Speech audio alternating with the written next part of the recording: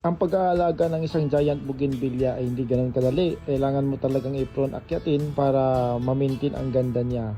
Mag-apply ng fertilizer every 15 days, pruning every week, diligan ng sakto para gumanda. Successful ang ating delivery sa giant bougainvillea.